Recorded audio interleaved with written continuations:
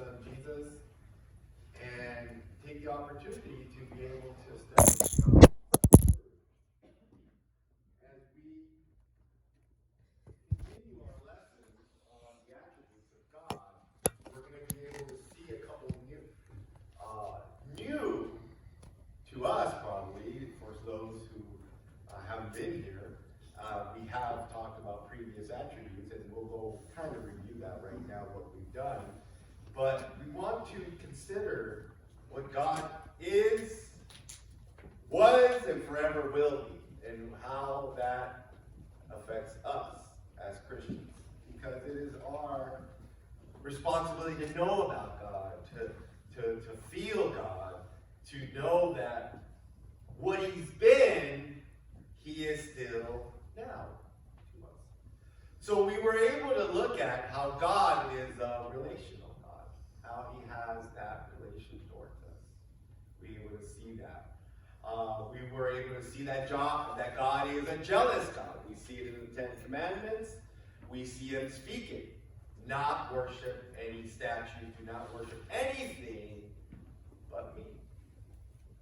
We saw that God is a dangerous God. And one of the greatest examples we've seen about that, and we're studying it with this morning, where Jesus mentions Sodom and Gomorrah, where He really laid the hammer on there. Couldn't even find, like Brother Langston said in the class, couldn't even find 10 faithful people to God. So they felt it. And we saw that God is a loving God. Was, is, and forever will be loving. And we see that through Christ. And we saw that God is a faithful God. True, faithful God. And He is our example in through Christ and the faith they have. To us. God has faith. He's always been faithful to us. He will always be there for us. So we need to return that faith back to Him and be faithful towards Him. So now we're going to see how innovative God is. And when we see the big picture, God has done marvelous things throughout the history of the earth. Beautiful things that exist to this day. One of the things that I think of all the beautiful trees, if you guys haven't gone and seen the redwoods, or been to, well, we went to the sequoias and seen all these beautiful trees that have been existing for hundreds and hundreds of years, and some of them over 1,000 years. That's amazing to see the creation of God. If you haven't seen a beautiful vast of the ocean, you've been down the boat, just see how amazing the ocean is. If you haven't been to, wherever it may be, Alaska, and see the beauty up there, or gone down to Australia and see the beauty there. There's a lot of beauty that God has created that exists to this day. Well, let's see the definition of innovative. Innovative is being or producing something like nothing done or experienced or created before. Is that kind of sound like God? Yeah. What makes God innovative? Because that's what you're going to get from people. That's what you're going to get from those of the world. Well, what makes God so special? What made God so innovative? What did He do that's so special? Well, how about this? Let's see a couple of things of what He's done in regards how innovative God is. Let's start with the creator of light, which is now day and night, right? The creator of light, which is now day, and then there is night, okay? We wouldn't have plants, we wouldn't have life, we wouldn't have vitamin D from that beautiful sun that He created to give us the day and night. these two in a beautiful way. He separated land and sea. There is no longer just sea. There was at a point just sea. But then he separated land and sea. And then what did he do once he regretted that? He created human. He flooded the earth. Thankfully, there was Noah. Someone to continue the race of human beings. So he separated the land and sea. He gave us air and water. Without air, can you live? Without water, can you live? No, you cannot. It's impossible. We've been trying to reach these other planets. We've been trying to colonize these other planets. I was watching an episode of Twilight Zone this week. I don't know if you guys remember the Twilight Zone series back in the 60s. I think I was born in the wrong era, you know. I think I should have liked being born in the 50s and 60s. Great era. But then, if you see season 1, it focuses a lot on people colonizing other planets, going to other planets, or even colonizing meteors where they're landing on. There's no air there. In those aspects, with those episodes, there was air, fortunately. There was air like the earth. There was normality, kind of. But have we colonized anything? No, we have not. Did we really colonize earth? That was given to us by God. We didn't conquer it. God made it for us. Every living plant, grass, herb, and trees are created by God, not by man. We might want to tweak plants. We might want to hybrid plants and make the hottest pepper in the world. Have you guys ever tried a jalapeno? Okay, you probably have. What about serrano? That's a level up. What about habanero? I'm sure most of you have only maybe. I know Randy likes it spicy, right? And then there's the ghost pepper, and the scorpion, and then the green. I think the last one was the green reaper, the reaper jalapeno, which is supposed to be the chili, which is the hottest. And those were created by mixed matching plants. God made every plant, grass, herb, and trees the way He wanted it to be, and that's the way it should be, right? Doesn't mean that it's wrong to have a pepper that's been grown, that's been crossbred with another one, but I'm just saying God made everything the way He wanted it to be. And then the beautiful thing that I remember as a kid was I was so amazed that when I cracked open an apple and I saw that little seed and I looked at that little black seed and I saw, this makes that? You know, this makes this great, beautiful apple tree where the apples are just growing and they're so juicy and fruitful. Yes, God made where this little black seed makes this great tree and regrow the fruit. That's an amazing thing. Just to think about that. Every green thing that lives on earth is because of God.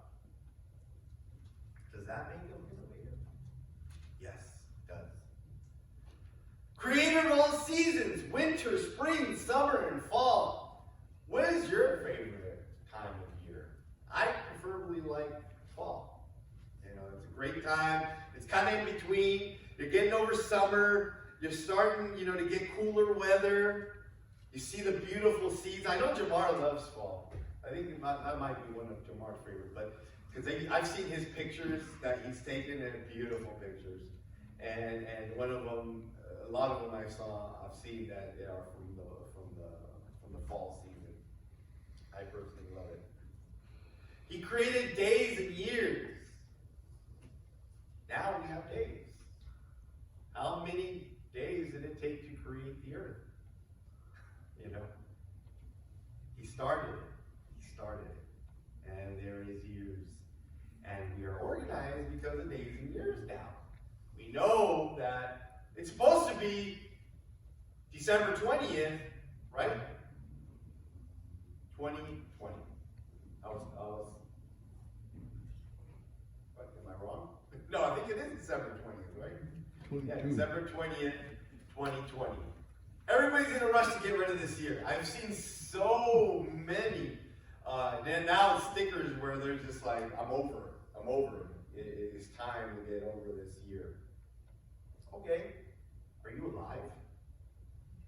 You're so in a rush to get over this year. And I hate this year, right? That people are saying, but were you blessed with food? Were you blessed with life? Were you blessed with health? Now, there's a lot of people that didn't make it, of course. But for those who are still alive and just kind of talking, how about saying thanks to God that we got through these days and we got through this year? And if it is His will, we will get through this year. The year's not over yet. We don't know if we're going to make it past this year. But if He does allow it, man, thank God. Thank God. He created that sun, that beautiful warmth, like I spoke of, that gives us that natural vitamins to rule the day. Then he gave life to the moon. He created the moon to rule the night, as well as every single star that has ever been. I've mentioned this before, but they say for every grain of sand in this world, there is about 10,000 stars in the universe. What they, who is they? Scientists and all those people. Probably true. Probably true. Evening and morning. Beautiful. I love a nice sunset. I love a nice sunrise. I don't know about you. You get started early, don't you, Randy?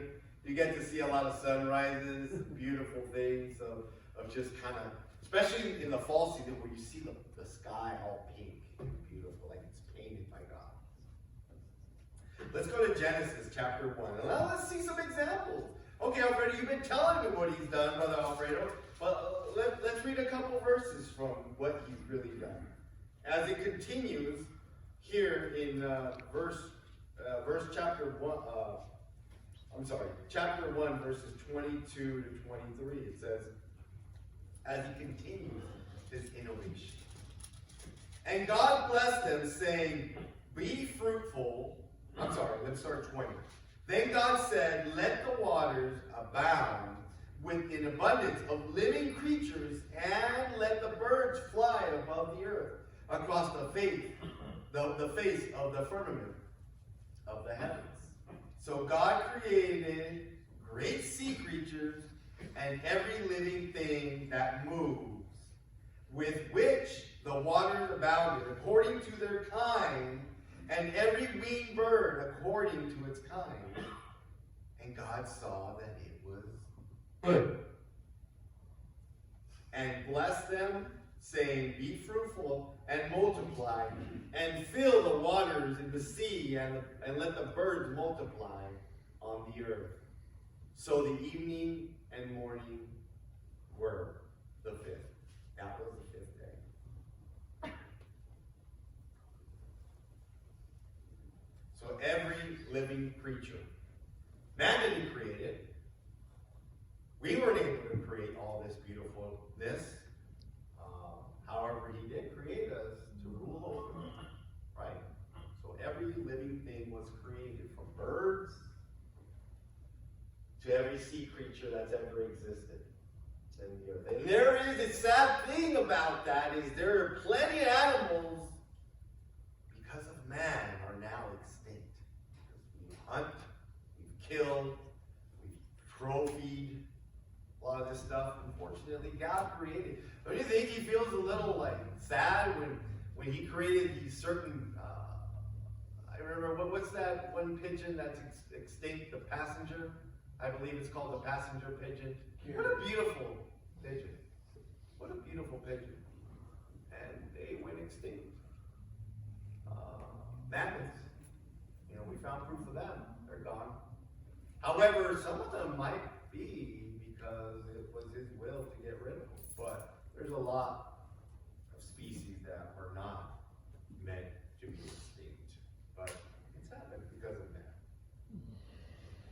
So what continues to make God an innovative God? Let's see 24 to 25. 24 to 25, it says, Then God said, Let the earth bring forth the living creatures according to its kind, cattle and creeping things, and beasts of the earth, each according to its kind. And it was so.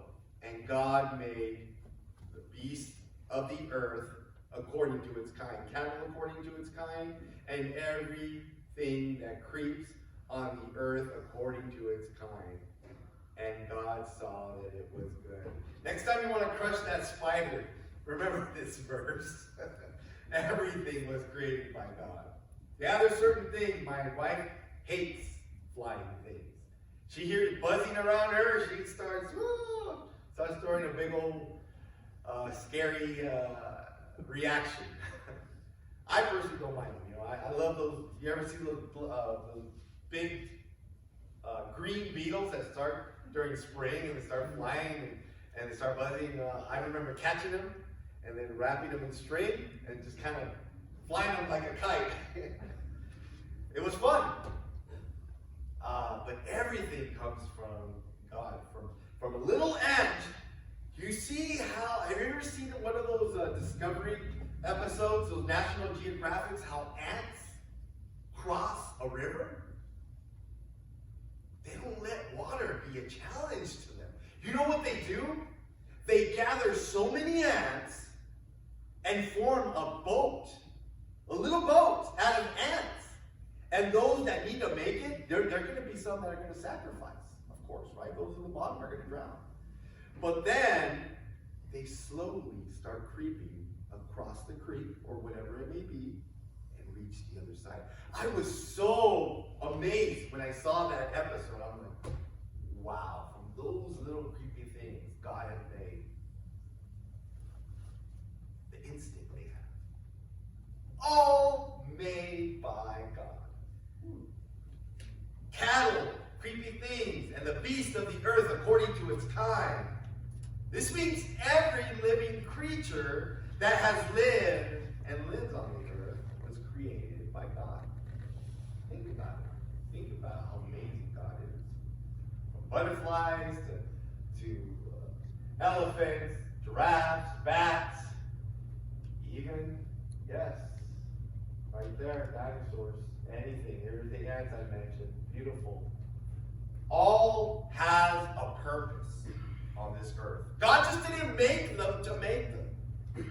They have a purpose. Now, Brother Alfredo, why isn't there any dinosaurs? Now, there's skeletons, there's proof. That goes in line with what I just said earlier. Yeah, because of man, a lot of things have been extinct. But there's also things that were just not meant to, and they're probably in this time and age. You know, we do see though that at some times we do see in Job how he saw the big creatures with cedar tails. Now, the only thing I see here with a cedar tail, we'll get into it later, you know, in another sermon, are these dinosaurs. So there is proof. So going to line with animals, let's see how God is so innovative. Does anybody know who this is? Does anybody know who that is? Going to line with the animals, that's a donkey. And that is? Balaam. Balaam. Yes, that is Balaam. And what happens to Balaam? Let's see. Let's see what happens to Balaam. Let's go to Numbers. Let's go to Numbers chapter 22, verses 26 and 34. I'll be reading 26 through 34 in the book of Numbers. Then the angel of the Lord went further and stood in a narrow place, where there was no way to turn either to the right hand or to the left. And then the donkey saw the angel of the Lord. She lay down under Balaam. So Balaam's anger was aroused, and he struck the donkey with his staff. So here's Balaam.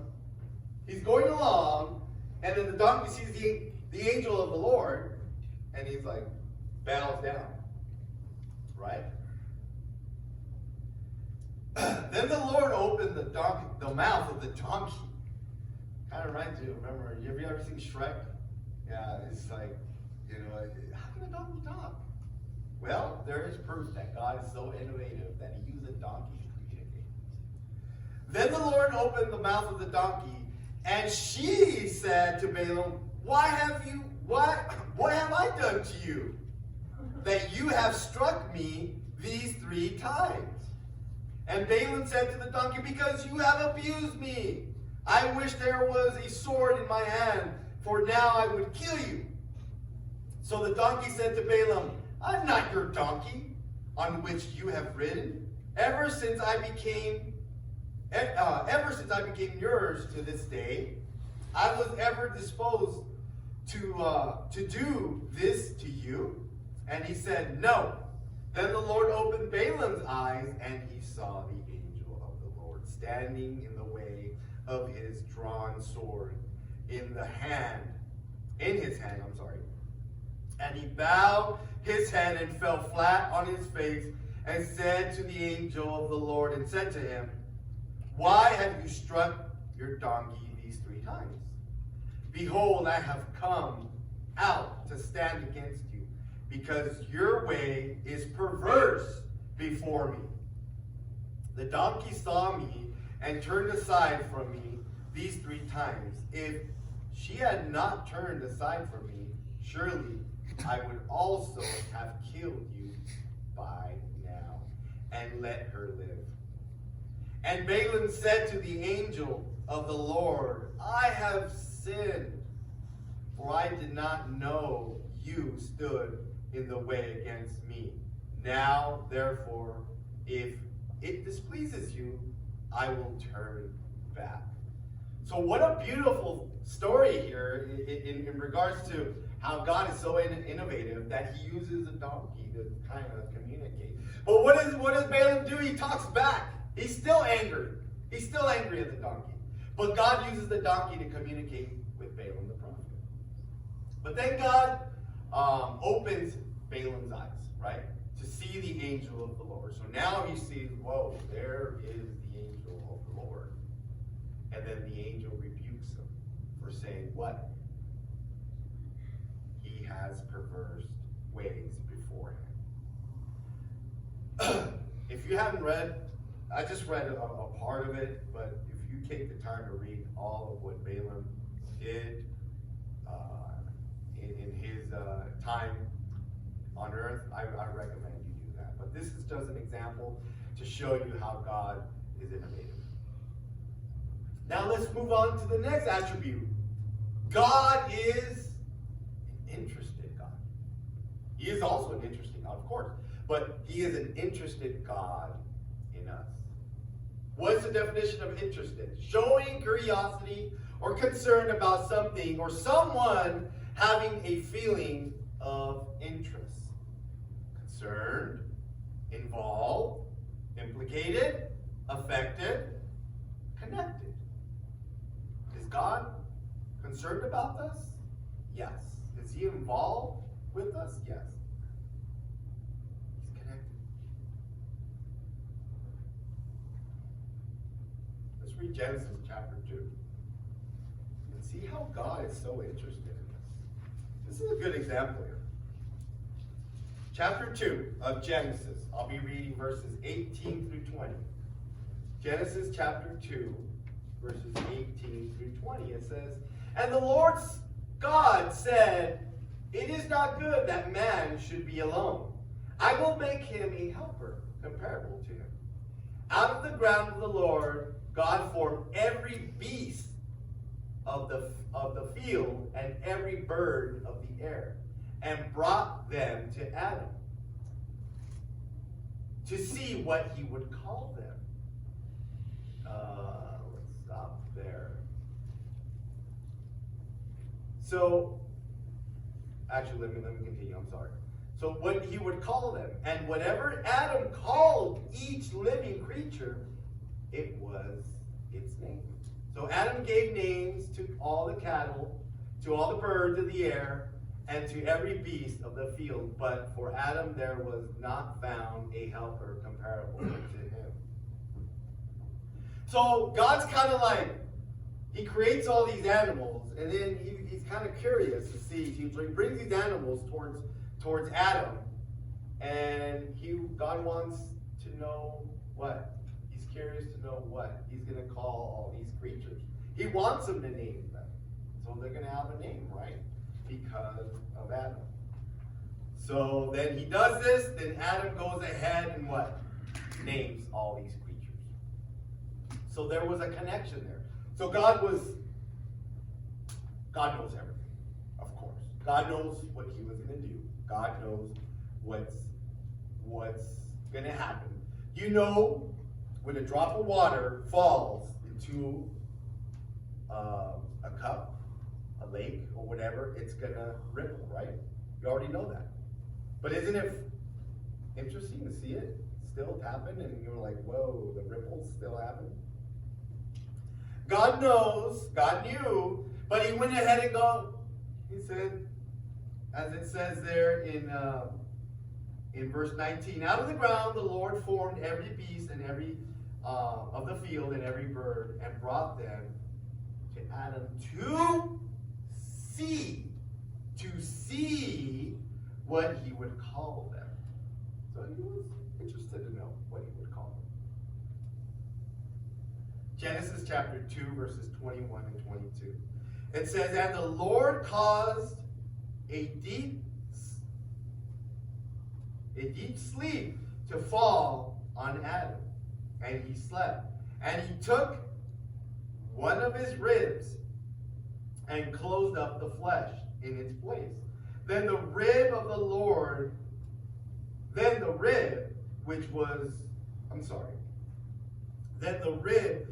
the Lord had taken from man, he made into a woman, and he brought her to Adam.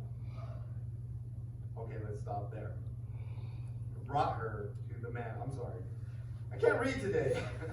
Then the rib which the Lord God had taken from man, he made into a woman, and he brought her to the man. Okay, so we see here God literally performed the first surgery in the history of man. He caused a great sleep to go into him, and what does he do? Takes bone out, takes that rib out, and what does it say? He closes it back up, right? Oh, he had to have. You think he had a scar, maybe? You know, there had to been something there, right? So then he takes the rib and he creates a woman, right? But we're going to read that when he calls her a woman. Then he brings Eve to Adam and he calls her a woman. Verses 23, it says, and then Adam said, this is now bone of my bones and flesh of my flesh. She shall be called woman because she was taken out of man. Now let me continue reading in 24. Genesis chapter 2, verse 24. Therefore man shall leave his father and mother and be joined to his wife, and they shall become one flesh. Therefore a man shall leave his father and mother and be joined with his wife and become not separate fleshes, one flesh. So Adam recognizes what God created, right? God created another person. And what does Adam do? He says, wow, I will call this being now woman. So God gives direction to what man will do. Now, what is man to do? Leave father and mother to join one flesh with each other. And this is all interesting. And all because God is interested in this happening, right? And that concludes this Sunday's attributes of God, as we saw how God is an innovative God, and how God is an interested God. But I want us to realize and feel that He's innovative because He is God. He's the amazing one. He's the Alpha. He is the Omega, creator of all. And He's interested in you. Because if He wasn't interested in you, He wouldn't have created you. Remember, He knows us before we were in the womb of our mother. So brethren, let's realize this. If you're not a Christian this morning, know that God is interested in you, that you shall be converted and be now with Christ. Now's the time to do it and be baptized. Please, there's no tomorrow. Tomorrow's